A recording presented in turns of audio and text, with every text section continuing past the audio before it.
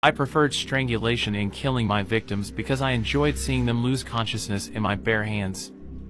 I'm Isreal Keys, and this is my story. I was born on January 7, 1978 in Richmond. For years, my siblings and I have been forced to sleep in a tent due to our cabin's small size. We also hunted food, chopped firewood, and worked on local farms to survive. As a hobby, I hunted anything with a heartbeat, and I even skinned deers alive. Since I was 14 years old, I have been aware that I consider some things to be normal that no one else seems to. I robbed multiple banks, raped women, and burglarized dozens of homes.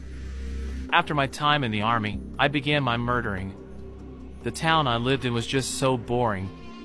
I targeted random people across the United States to avoid detection. After months of planning, I usually killed far from home and never in the same area twice.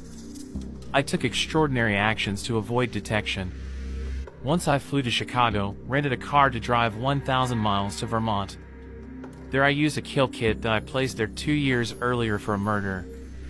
I once committed a double homicide of a young couple which occurred in 2001.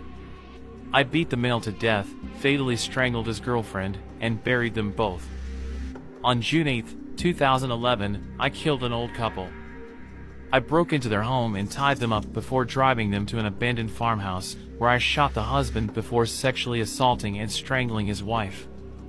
I hid both of their bodies so that they would never be found. In 2012, I kidnapped a female coffee booth employee in Alaska and took her debit card and other property. I even sexually assaulted her before killing her the following day. I spent her fortune, then returned to her after 2 weeks, applied makeup, sewed her eyes open with a fishing line, and snapped a picture of a newspaper alongside her body to ask for a ransom.